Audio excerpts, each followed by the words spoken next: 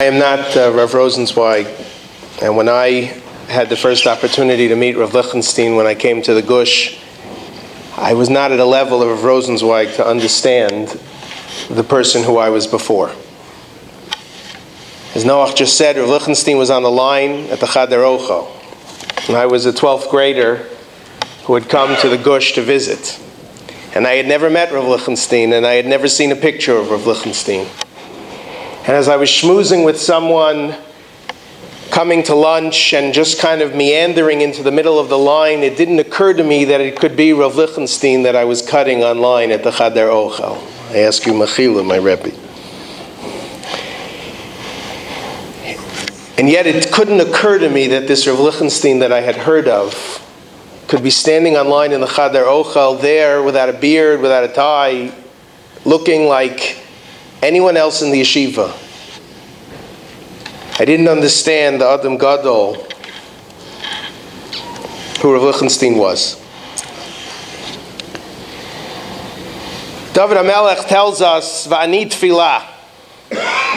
I am tefillah. The Reb Tzadok HaKohen explains that the whole essence of David HaMelech was to understand that he was nothing in the face of HaKadosh Baruch Hu, and that everything he had came from HaKadosh Baruch Hu, and he was a living tefillah.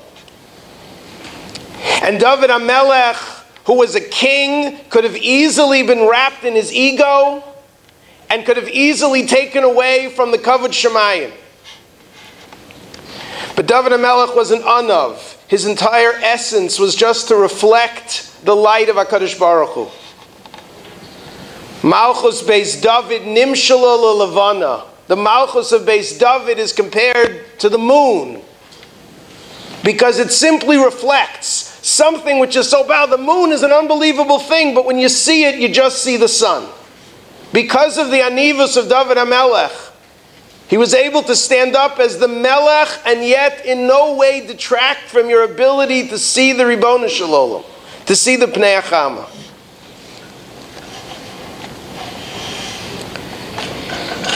And in that sense, Rav Lichtenstein's anivus allowed all of his Talmidim to see the Shechina right through him.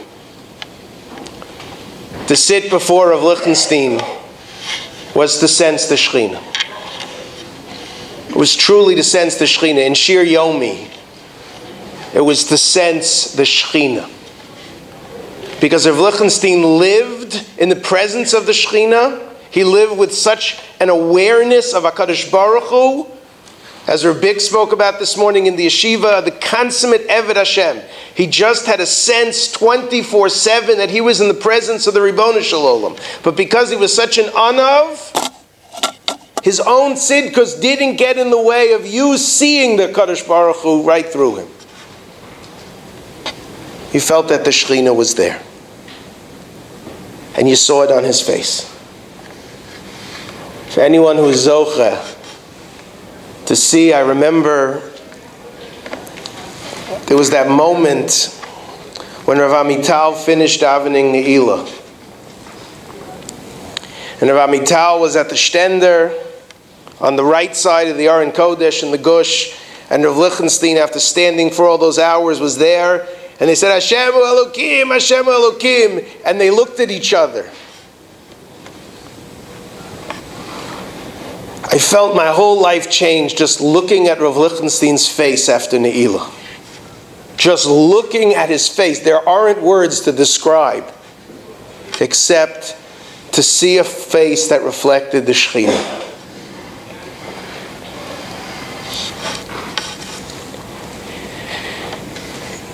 He said a hesped that year for his father.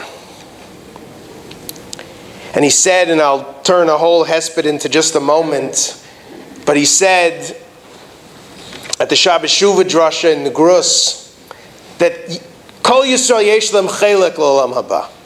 Everybody's got a place in olam haba. And then we speak about in various Gemaras a ben olam haba. There's a ben olam, a person who can actually in this world That's not a person who's going to get Olam Haba. A Ben Olam Haba is someone, like the Gemara tells us in Ksubis, who's able to walk Dalet Amos in Eretz Yisrael, a person who's living in Olam Haba in this world. But then the Gemara in Pesachim talks about No Chalei Olam Haba. No Chalei Olam Haba. Someone who lives in Eretz Yisrael, someone who brings his children up to Talmud Torah, and someone who takes the cup from Shalosh Shudas and leaves it for Havdalah. And Rav Lichtenstein said about his father that he was an individual who wasn't simply able to live in Olam Haba, but could take it with him.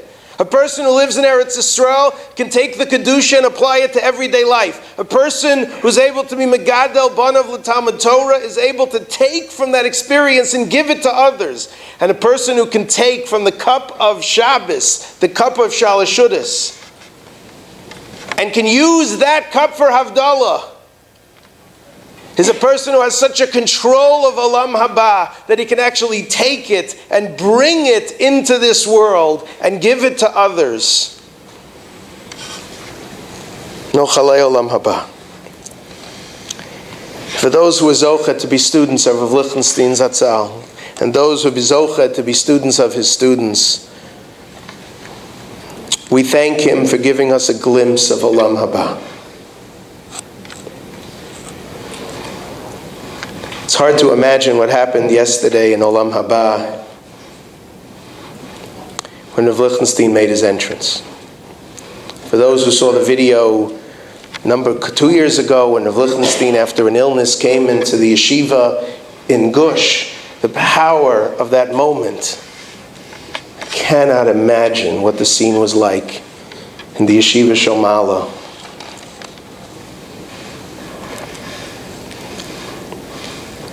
He can no longer, with his words or even with his actions, bring us, hold Olam Haba, and give us a glimpse. He now sees it all.